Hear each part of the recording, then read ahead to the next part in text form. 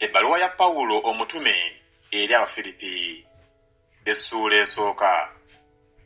Pawulo ne Timoseewo abaddu ba Kristo Yesu eri abatukuvu bonna mu Kristo Yesu abali mu Filipi, wamu n'abalabirizi n'abaweereza, ekisa kibeerenga gye muli n'emirembe ebiva eri Katonda Kitaffe ne Mukama waffe Yesu Kristo.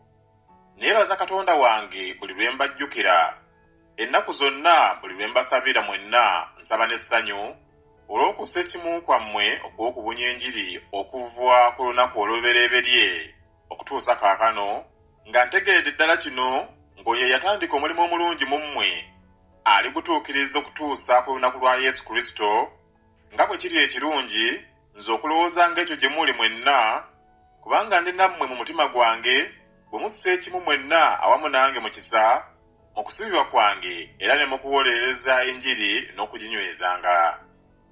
Kubanga Katonda ye mujulirwa wange bwe mbalumirwa omwoyo mwenna mu kusaasira kwa Kristo Yesu. Era kino kye nsaba, okwagala kwammwe kweyongereyongerenga, kusukkirirenga mu kutegeera n'okwawula kwonna, mulyoke musiimenga ebisinga obulungi, mubeerenga batalina bukuusa era batalina kabi, okutuusa ku lunaku lwa Kristo, nga mujjudde ebibala eby'obutuukirivu ebiriwo ku bwa Yesu Kristo, Katonda aweebwe ekitiibwa atenderezebwe. Naye njagala mmwe okutegeera abooluganda ng'ebyambaako byajja lwa kubunyabubunya Enjiri, n'okusibibwa kwange ne kulyoka kulabika mu Kristo eri baserikale bonna aba Kabaka n'abalala bonna n'abooluganda abasinga obungi mu Mukama bwaffe, ne balyoka baguma olw'okusibibwa kwange, ne beeyongeranga nnyo okwaŋŋanga okubuuliranga ekigambo kya Katonda nga tebatya. Abalala babuulira Kristo lwa buggya n'okuyomba, era n'abalala bamubuulira lwa kisa, bano babuulira lwa kwagala, bamanyi nga nateekebwawo lwa kuwolerezanga Njiri, naye bali babuulira Kristo olw'okuyomba, si mu mazima, nga balowooza okundeetera ennaku mu kusibibwa kwange. Naye n'ekyo nsonga, wabula mu ngeri zonna, oba mu bukuusa, oba mu mazima, Kristo abuulirwa, n'ekyo nkisanyukidde, weewaawo era ndisanyuka. Kubanga mmanyi ng'ekyo kirinviiramu obulokozi olw'okusaba kwammwe n'okuweebwa omwoyo wa Yesu Kristo, nga bwe ntunuulira ennyo ne nsuubira nga sirikwatibwa nsonyi mu kigambo kyonna, wabula nga Kristo ennaku zonna era ne kaakano anaagulumizibwanga mu mubiri gwange, mu buvumu bwonna, oba mu bulamu, oba mu kufa. Kubanga gye ndi okuba omulamu ye Kristo, n'okufa ge magoba. Naye obanga okuba omulamu mu mubiri okwo nga kye kibala eky'omulimu gwange, kale simanyi kineeroboza. Naye nziyizibwa enjuyi zombiriri nga neegomba okugenda okubeera ne Kristo, kubanga kwe kusinga ennyo nnyini, naye okubeera mu mubiri kwe kusinga kwetaagibwa ku lwammwe. Era kubanga ntegeredde ddala bwe ntyo, manyi nga ndibeera era ndibeera wamu nammwe mwenna, olw'okuyitirira kwammwe n'okusanyuka olw'okukkiriza, okwenyumiriza kwammwe kulyoke kusukkirire mu Kristo Yesu ku bwange, nze olw'okujja gye muli nate. Naye kyokka okutambula kwammwe kubeerenga nga bwe kigwanira Enjiri ya Kristo, bwe ndijja okubalabako obanga siriiwo, ndyoke mpulire ebifa gye muli, nga munywedde mu mwoyo gumu, nga mulwaniriranga okukkiriza okw'Enjiri n'emmeeme emu, so nga temukangibwa balabe mu kigambo kyonna, ke kabonero ddala gye bali ak'okukkiriza, naye eri mmwe ka bulokozi, era obuvu eri Katonda, kubanga mwaweebwa ku lwa Kristo, si kumukkiriza kwokka, era naye n'okubonaabonanga ku lulwe, nga mulina okulwana kuli kwe mwalaba gye ndi, era kwe muwulira kaakano kuli gye ndi.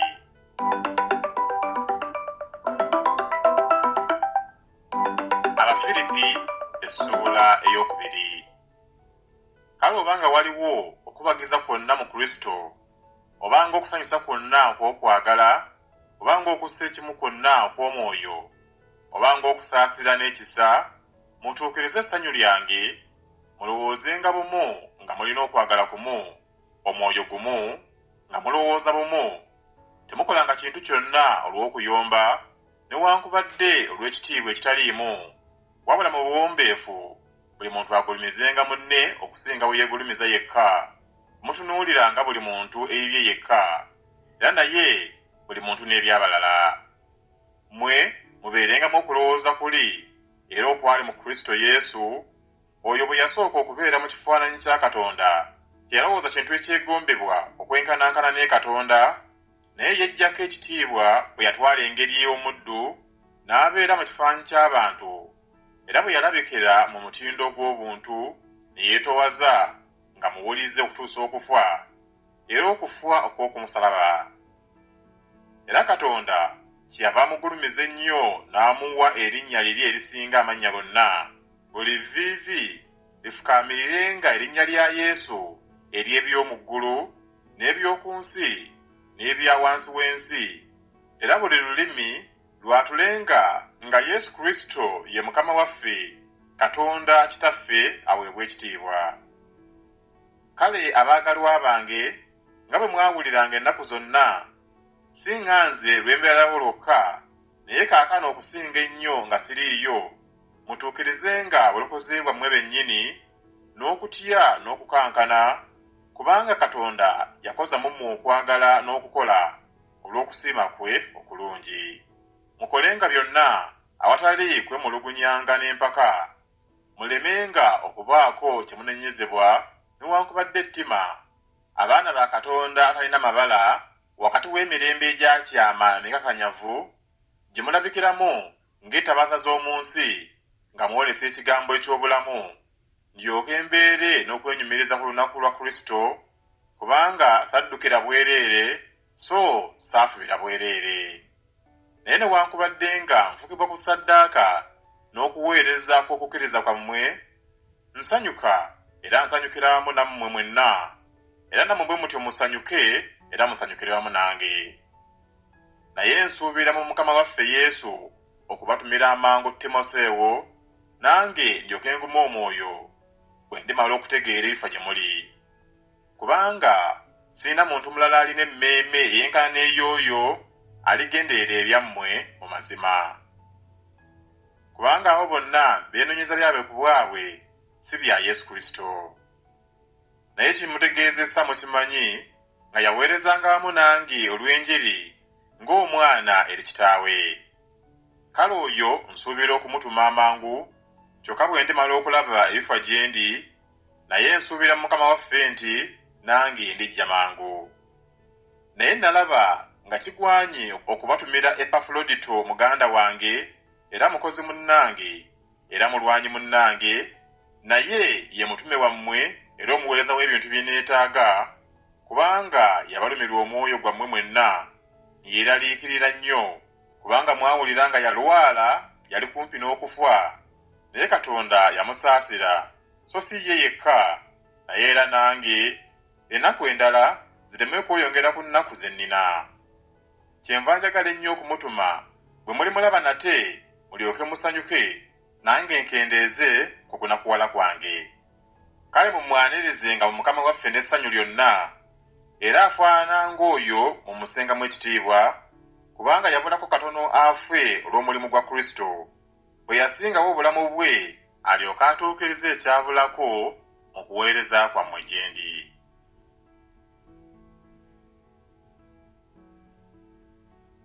Abafilipi essuula ey'okusatu. Ebisigaddeyo baganda bange, musanyukirenga Mukama waffe. Okubawandiikira ebimu tekunkooya nze, naye kuleeta emirembe gye muli.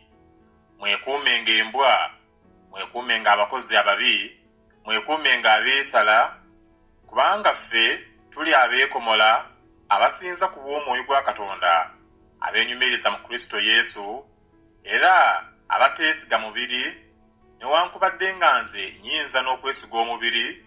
Omuntu omulala yenna bw'alowooza okwesiga omubiri, nze musinga, nze yakomolerwa ku lunaku olw'omunaana ow'omu ggwanga lya Isirayiri, ow'omu kika kya Benyamini, Omwebbulaniya wawu, mu mateeka Mufalisaayo, mu kunyiikira nga njigganya ekkanisa mu butuukirivu obuli mu mateeka, nalabikanga nga siriiko kyakunenyezebwa. Naye byonna ebyali amagoba gye ndi, ebyo nabirowooza nga kufiirwa olwa Kristo.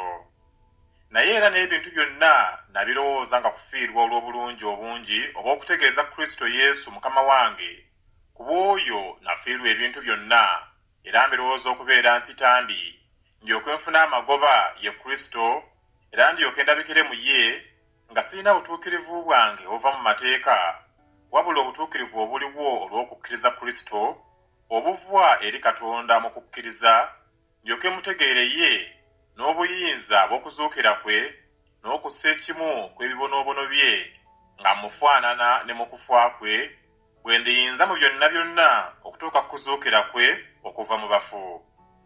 Si kubanga nti mmaze okuweebwa oba nti mmaze okutuukirizibwa, naye ngoberera era ndyoke nkikwata ekyo kye yankwatira Kristo Yesu. Abooluganda, seerowooza nze nga mmaze okukwata, naye kimu kye nkola nga neerabira ebyo ebiri ennyuma, era nga nkunukkiriza ebyo ebiri mu maaso, nduubirira okutuuka awawakanirwa awali empeera ey'okuyita kwa Katonda okwa waggulu mu Kristo Yesu. Kale ffe ffenna abaatuukirira tulowoozenga ekyo, era bwe mulowooza ebirala mu kigambo kyonna, era Katonda alibabikkulira n'ekyo, naye kyokka kye tutuuseeko tutambulirenga mu ekyo.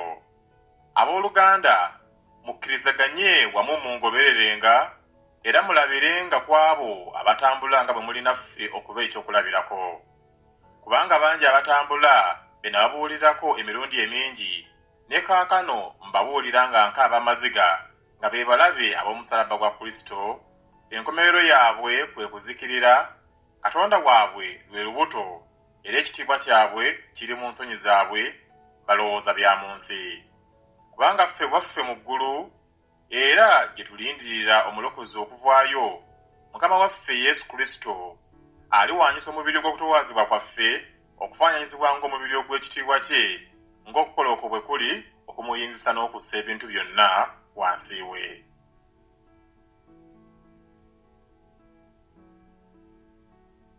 Abafilipi essuula ey'okuna.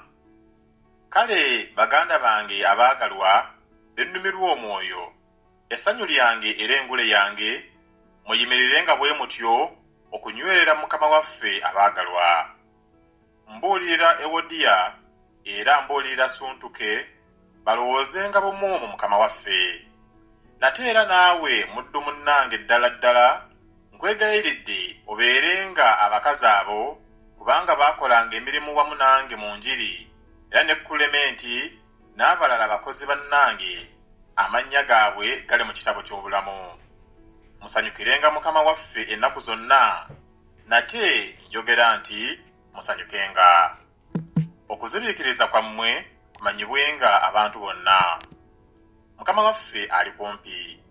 Temweraliikiranga kigambo kyonna kyonna, naye mu kigambo kyonna mu kusabanga n'okwegayiriranga awamu n'okwebazanga bye mwagala bitegeezebwenga eri Katonda. N'emirembe gya Katonda egisinga okutegeerwa kwonna ginaabakuumanga emitima gyammwe n'ebirowoozo byammwe mu Kristo Yesu. Ebisigaddeyo abooluganda, eby'amazima byonna, ebisaanira ekitiibwa byonna, eby'obutuukirivu byonna, ebirongoofu byonna, ebyagalibwa byonna, ebisiimibwa byonna, obanga waliwo obulungi, era obanga waliwo ettendo, ebyo mubirowoozenga. Bye mwayiga era ne muweebwa, ne muwulira, ne mulaba gye ndi, ebyo mubikolenga, naye Katonda ow'emirembe anaabeeranga nammwe. Naye nsanyukidde nnyo Mukama waffe, kubanga kaakano kimujje musibuke okulowooza ebyange, naye ekyokulowooza mwakirowoozanga, naye temwalina bbanga. Si kubanga njogera olw'okwetaaga, kubanga nayiga, embeera gye mbaamu yonna obutabaako kineetaaga. Mmanyi okwefeebya, era mmanyi bwe kiba okuba n'ebintu ebingi, mmanyi okwetowaza, era mmanyi bwe kiba okuba n'ebintu ebingi, mu buli kigambo ne mu bigambo byonna, nayiga ekyama ekiri mu kukkuta ne mu kulumwa enjala, okuba n'ebingi era n'okuba mu bwetaavu. Nnyinziza byonna mu oyo ayampa amaanyi. naye mwakola bulungi okussa ekimu n'ebibonobono byange. Era mmwe Abafiripi mumanyi nga mu kusooka kw'enjiri bwe nava mu Makedoni nga sewali kkanisa eyassa ekimu nange mu kigambo eky'okugaba n'okuweebwa, wabula mmwe mwekka, kubanga era ne mu Sesalonika mwaweereza omulundi gumu, era n'ogwokubiri olw'okwetaaga kwange. Si kubanga noonya kirabo, naye nnoonya bibala ebyeyongera ku muwendo gwammwe. Naye nina ebintu byonna ne nsukkirira, nzikuse bwe nnamala okuweebwa Epafulodito ebyava gye muli, evvumbe eriwunya obulungi, saddaaka ekkirizibwa esiimibwa Katonda. Era Katonda wange anaatuukirizanga buli kye mwetaaga ng'obugagga bwe bwe buli mu kitiibwa mu Kristo Yesu. Era Katonda era Kitaffe aweebwenga ekitiibwa emirembe n'emirembe. Amiina. Mulamuse buli mutukuvu mu Kristo Yesu. Abooluganda abali nange babalamusizza. Abatukuvu bonna babalamusizza, naye okusinga ab'omu nnyumba ya Kayisaali. Ekisa kya Mukama waffe Yesu Kristo kibeerenga n'omwoyo gwammwe.